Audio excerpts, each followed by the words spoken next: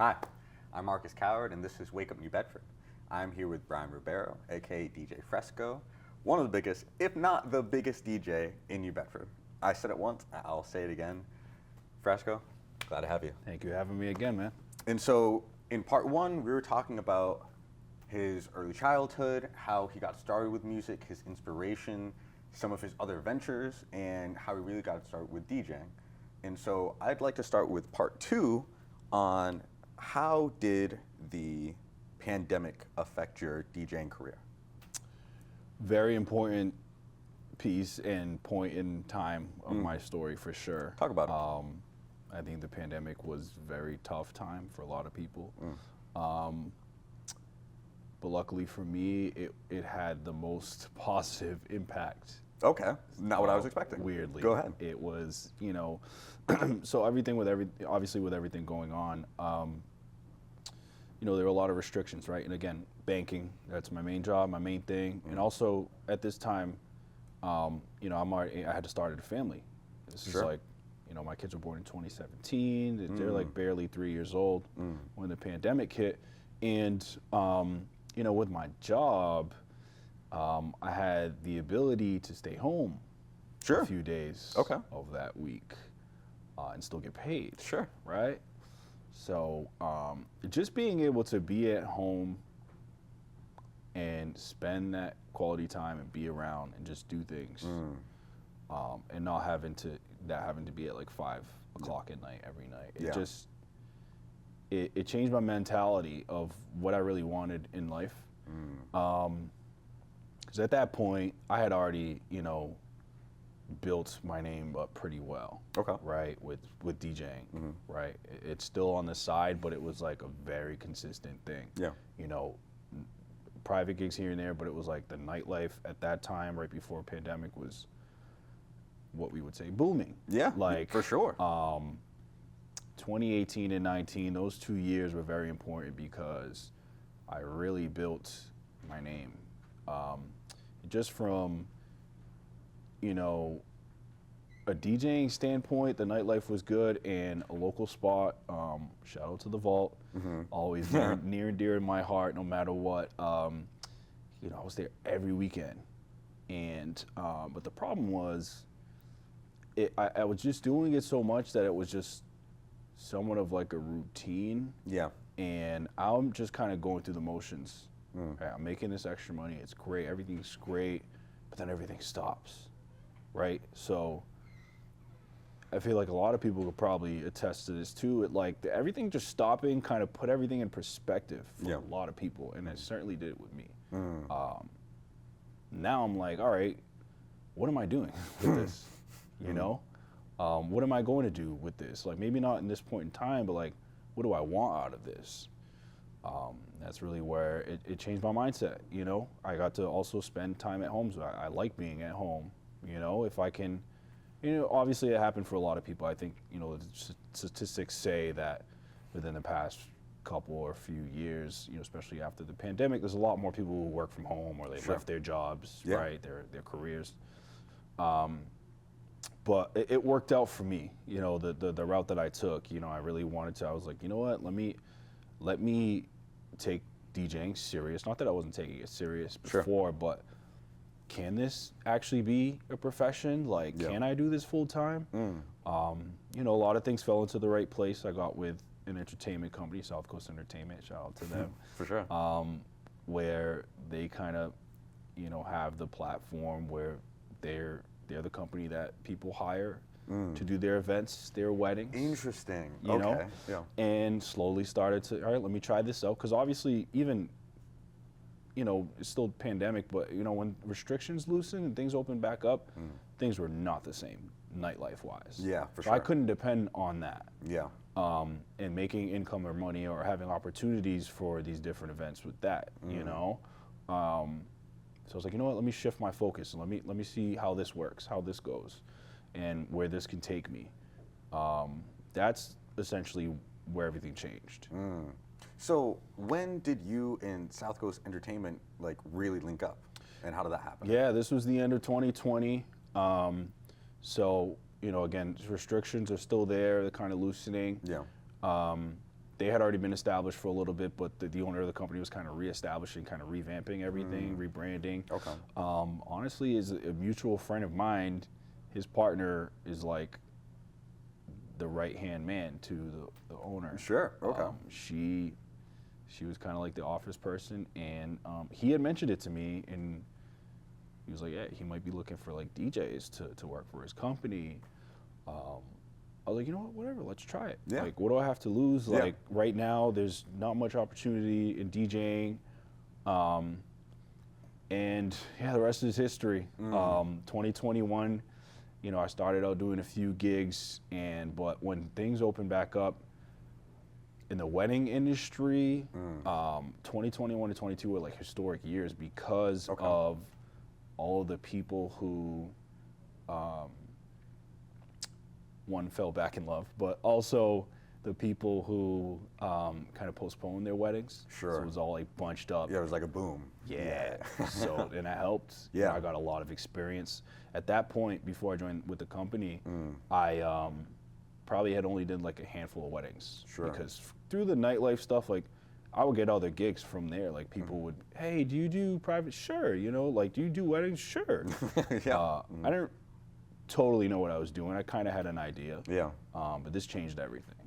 You know, in 2021, that's where I started doing a lot, you know, which eventually led to me coming to like a crossroads with banking career, DJing life with potential career here. Sure. You know, because of just the amount that I was doing. You know, I was kind of at the point like, again, with the thought in my head, like, hey, if I can make a career out of this and be able to have all this free time, not necessarily free time, but flexibility in my schedule. For sure. It's a better way to put it. Yeah. I'm going to try and do this instead, you know, just follow, again, that, and also where my heart's always been is music, you know, and that eventually in 2022, I came to a crossroads and had to make the tough decision of like, let me just take this leap right now.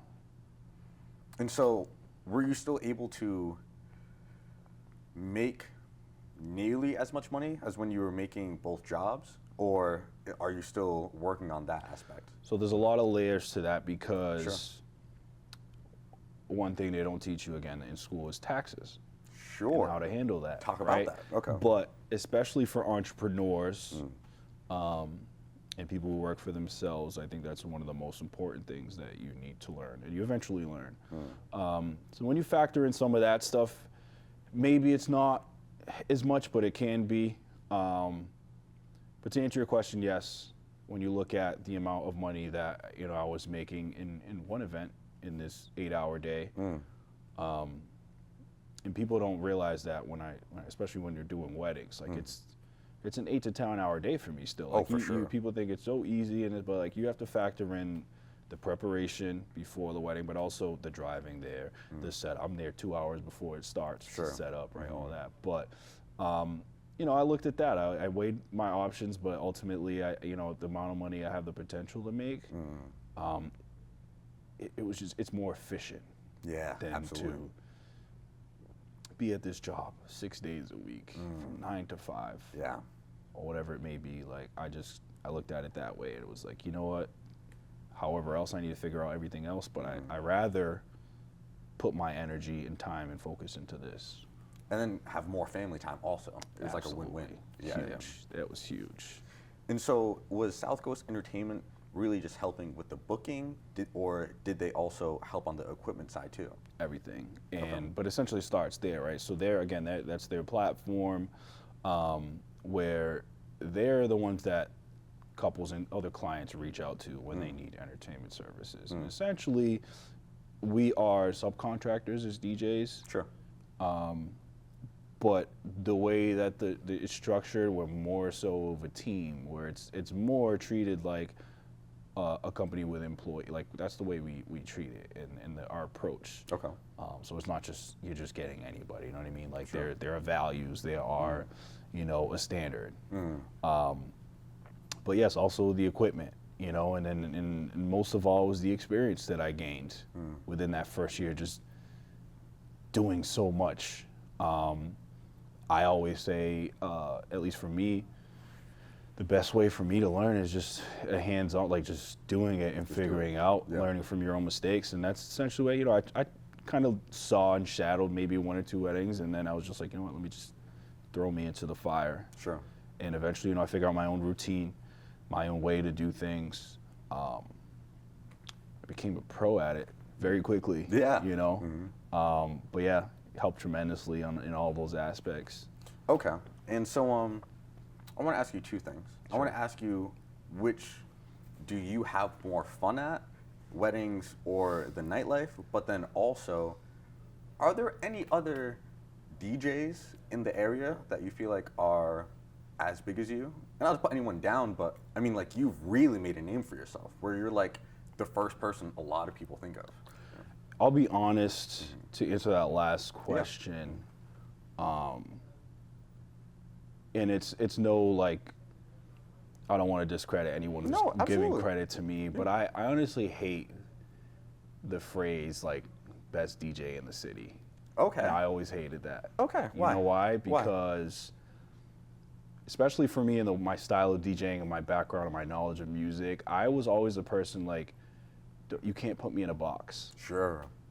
And also, even when it came to music, when I was trying to do music or not necessarily make it in music, but my outlook and my thought process, it was just so much beyond the city. Like, yes, the first and foremost is the city. You can't make it anywhere until you make it here. But I was just kind of in more of the bigger picture. So when people say the best DJ in the city, like, I low-key kind of cringe because I don't want to be that. I don't want to just be the best here. Like, I'm influenced by the people I see in all these big cities. Absolutely. And, like, I feel like I'm just as talented or whatever it may be. You know what I mean? Yeah. I feel like it's limiting. Yeah. Yeah. Okay, I hear that. So I always looked at that way, but also, I'm so naturally, a humble person, and humility is like, whether old or young, like newer or older DJ, like I have always, and I'm sure anyone else can attest to this, like any other DJ or musician like around here, like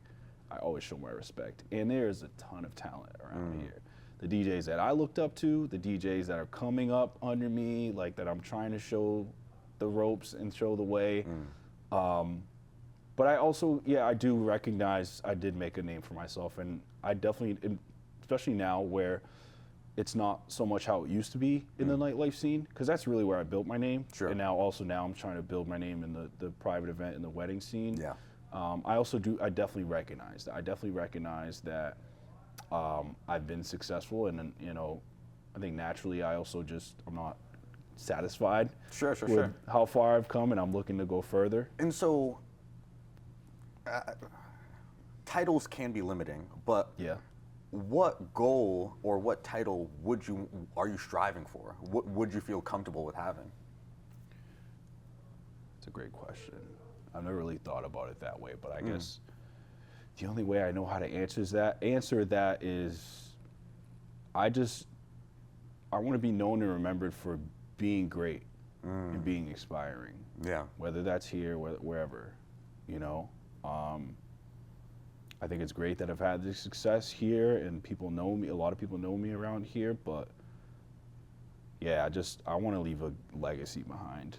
That's all, So I guess another way to phrase it is, do you plan to stay in the region, or do you plan to take your talents elsewhere, nationally, internationally? I've thought about that a little bit. I'm not totally sure, I'll be honest. Sure. I could see myself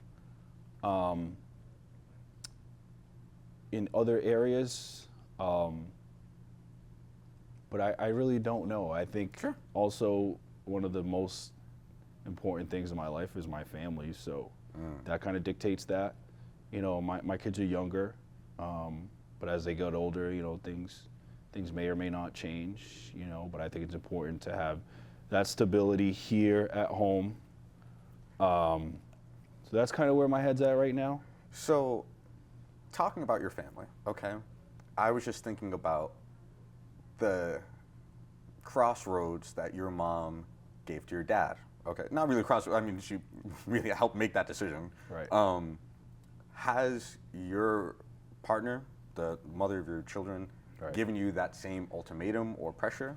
Or No, and Okay. that's, you know, if we ever want to discuss how have I been so successful, I think that's one of the key elements. Right? Okay, If talk you do about have it. a partner, there needs to be that balance there, and I wouldn't be where I'm at, if it weren't for that support. Yes, You need that support system. you do. It's not perfect.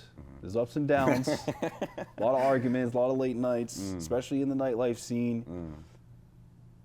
But ultimately, you know, having that support, someone that believes in you, and someone that supports you with the decisions you make and the route you take, and especially with, you know, having a career change, it sounds all like good when I talk about it, but it's hard. It's scary. And yeah, there wasn't an ultimatum, but obviously there are important conversations communication is huge, right? Yeah. Important conversations that were had, you know, if we're gonna go this route, you know, what we gotta do, and that's always my advice to anyone, you know, looking to take a leap or become an entrepreneur or whatever. It's like, the dream is the first step, but you need to have a plan in order to execute. And that's definitely part of the plan. You need that support system too. Okay. And we can get back to, you know, what you have more fun at, you know, wedding. Yeah, I didn't get to answer that question, but I guess, sure, while we're talking about that, which one is more fun to you? you know, I still can't answer that with a straight answer, because I really am torn Really? between that, because what I will say is the nightlife is where I got my start, right? So that has a special place in my story, in my background. That's not the same as it once was before, right? But also, I recently had, you know, during the wintertime is like slower season for private events and weddings especially, right? So Sure. I have a lot more open availability in my schedule. And time to time, I will make appearances and have nights booked at certain local spots. And then recently, you know, I was at a local bar and restaurant where they had me come in and play. But it was also like one of my friend's birthdays and stuff like that. Nice little celebration. And not the biggest place, right? But this night was just like so reminiscent of one of those Any Given Saturdays during 2019. Sure. And it brought that feeling back. That's amazing. You know, when it comes to nightlife, and at least the way that I've always played is, you know, what they call open format. So I'm all different types of music I'm playing, I'm running through. There's no formula. Maybe there's a formula the way I play, but there's no like set list, like, oh, this is what I have to You're play. running off of vibes. Exactly. Yeah. Especially around here, you being from New Bedford, you're exposed to all different cultures. Yeah, There's all everything. different kinds of people, demographic, right? So I'm playing everything, and there's no, I'm just, again, I'm going off of vibes, Yeah. which is the best part about the nightlife scene and those types of events. But then on the other hand, a wedding is that one, most of the time but one special day. Sorry, I was just thinking, like, you're talking about like people getting remarried, kind of. Yeah, thing. that Yeah, happens. exactly. Yeah. So you hope it's that one For day. sure, exactly. You don't get remarried, But but okay, yeah. Keep going. it's such a and I've done so many. So I do an average of like 40, 50 weddings a year. Wow. Yeah. So if you think, you know, from 2021 That's crazy. till now, Yeah. I've done hundreds of weddings, Yeah. right? But it's like it's still, each and every single one is specific to that couple, so it's always like special. Sure. And again, just being humble and just humility, like I'm honored like that you wanted me a part of this day. Yeah. Or you allowed me to be a part of this day, and I see these special moments. And I also always say too, it's not just the couple, it's their guests. I've come to realize, and you got to think, like, for a lot of those people who are just everyday life going through like that time frame, that's few hours they have at that wedding is like their time to have fun and let loose before they have to go back to the real world. Yeah. And they're a lot like I have the pleasure to give them that day. Yeah. So it's a tough question to answer which one I enjoy more, man, because That was such a great answer because, like, I don't know which one I guess you would have said, but yeah, I could see how hard it is for you to choose. Yeah, I definitely see that. Yeah. And so, or I mean, I didn't even bring up like private events, like house parties. Like, is that just coming in third? For sure, yeah. Sure. Yeah, definitely up there is the weddings and, you know, nightlife. And even now, too, nightlife, again, is very different. But also the culture of events and parties has shifted to more so of a themed or curated type of event, not just like it's a night out type thing, which I'm sure we'll talk about like events that, you know, are in the plans and works of the future. But yeah, that's also changed that too, as far as, you know, what's up there. Private events are cool though. They're just not, you know, they're hit or miss. I guess they can be. And definitely not as special. Yeah. Right. Yeah. So, yes, what is, because have a few minutes left, okay?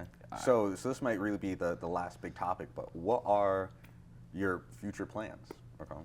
So, I feel like right now it's these next few years are my chance to really continue to do that same amount of weddings per year and just really just try to kill it with that. Sure.